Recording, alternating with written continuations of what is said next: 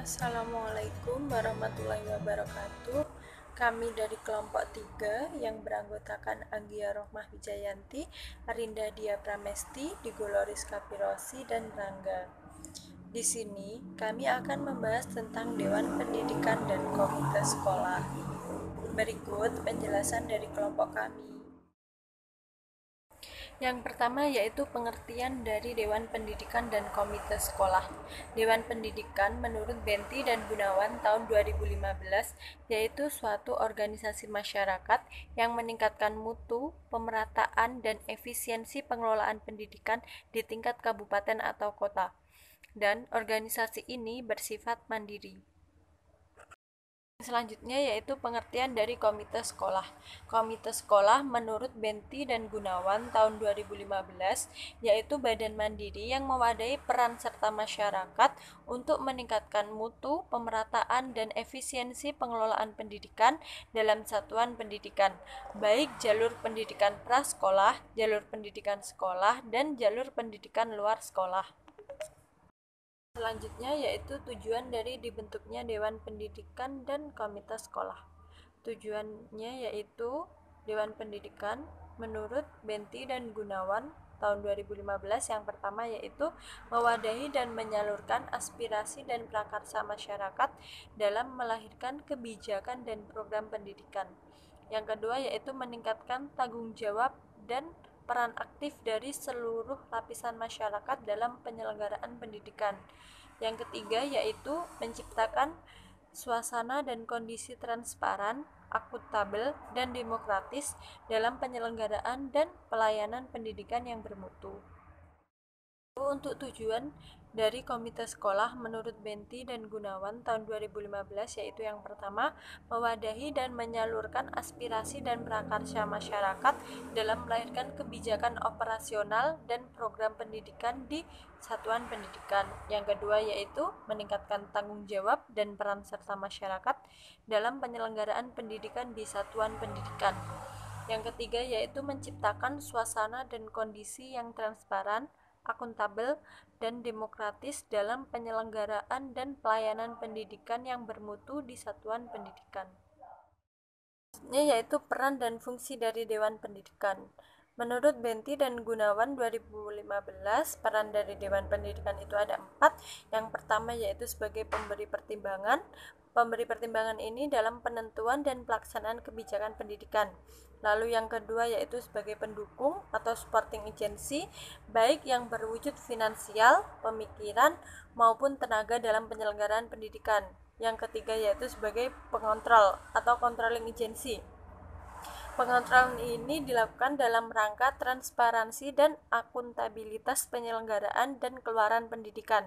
Yang keempat yaitu sebagai mediator antara pemerintah, eksekutif, dan Dewan Perwakilan Rakyat atau DPRD, legislatif dengan masyarakat.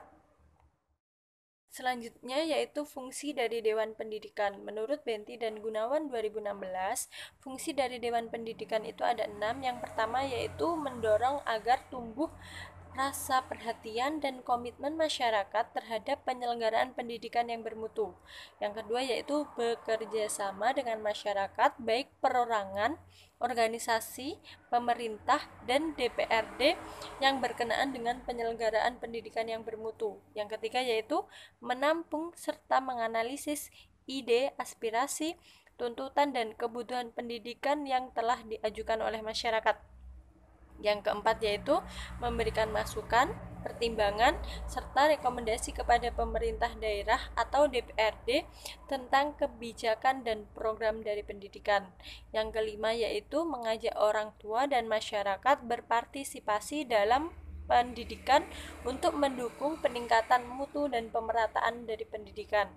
Yang terakhir yaitu melakukan evaluasi dan pengawasan terhadap kebijakan program, penyelenggaraan, dan keluaran dari pendidikan. Selanjutnya, saya Arinda Dia Pramesti akan menjelaskan tentang peran dan fungsi dari komite sekolah.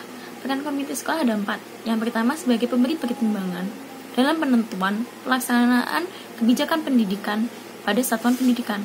Yang kedua, sebagai pendukung, baik berwujud finansial, pemikiran, maupun tenaga dalam penyelenggaraan pendidikan pada satuan pendidikan. Dan yang ketiga adalah sebagai pengontrol dalam rangka transparansi dan akuntabilitas penyelenggaraan dan keluaran pendidikan pada satuan pendidikan.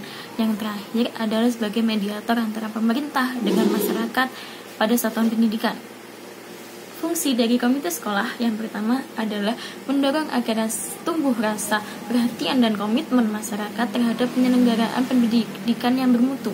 Yang kedua, bekerja sama dengan masyarakat, baik perorangan maupun organisasi, pemerintah, dan DPRD yang berkenaan dengan penyelenggaraan pendidikan yang bermutu.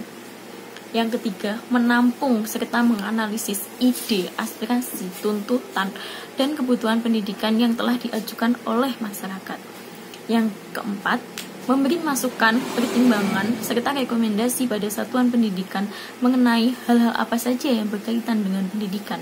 Yang kelima, mendorong orang tua serta masyarakat agar berpartisipasi dalam pendidikan untuk mendukung peningkatan mutu dan pemerataan pendidikan. Yang keenam, menggalang dana masyarakat dalam rangka pembiayaan penyelenggaraan pendidikan pada satuan pendidikan.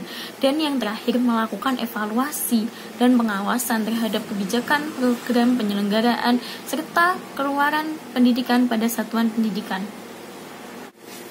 Yang selanjutnya adalah struktur organisasi dan tupoksi dari Dewan Pendidikan.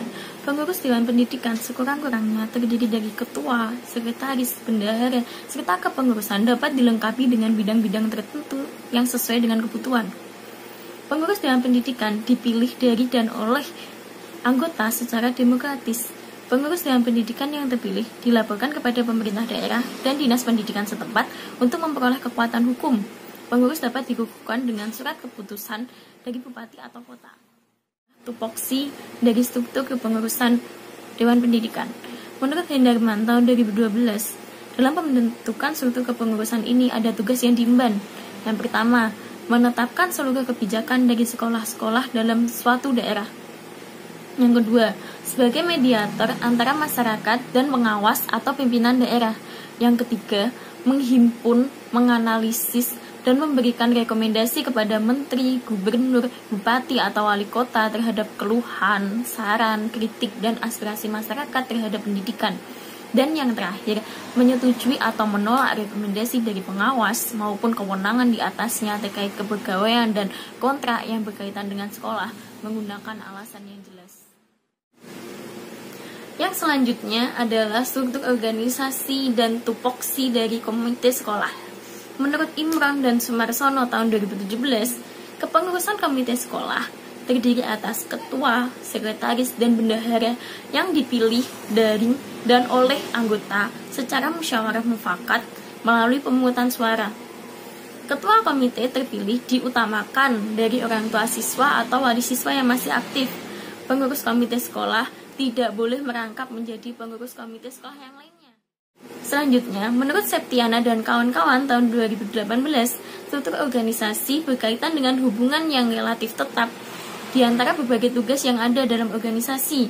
Tugas dari pengurus komite sekolah antara lain yang pertama, pengurus komite sekolah terpilih bertanggung jawab kepada musyawarah anggota sebagai forum tertinggi sesuai anggaran dasar dan anggaran rumah tangga. Yang kedua, pengurus komite sekolah menyusun program kerja yang disetujui melalui musyawarah anggota yang berfokus pada peningkatan mutu layanan pendidikan peserta didik. Yang ketiga, pengurus komite sekolah harus membuat proposal yang diketahui sekolah sebelum menjalankan suatu program kerja. Selanjutnya, saya Diego Loris akan menjelaskan tentang keanggotaan Dewan Pendidikan dan Komite Sekolah. Untuk Dewan Pendidikan, anggotanya maksimal ada 15 orang yang terdiri atas pakar pendidikan, penyelenggara pendidikan, pengusaha, organisasi profesi, pendidikan berbasis kekhasan agama atau sosial budaya, pendidikan bertaraf internasional, pendidikan berbasis keunggulan lokal, dan organisasi sosial kemasyarakatan. Sedangkan untuk komite sekolah, anggotanya terdiri atas unsur orang tua atau wali dari siswa yang masih aktif pada sekolah tersebut, tokoh masyarakat, dan pakar pendidikan, contohnya pensiunan tenaga pendidik dan orang yang memiliki pengalaman di bidang pendidikan. Anggota komite sekolah ini jumlahnya paling sedikit ada 5 orang dan paling banyak ada 15 orang. Selanjutnya yaitu urgensi pemberdayaan Dewan Pendidikan dan Komite Sekolah. Dewan Pendidikan dan Komite Sekolah dibentuk agar suatu organisasi masyarakat sekolah mempunyai komitmen, loyalitas, serta peduli terhadap peningkatan kualitas pendidikan.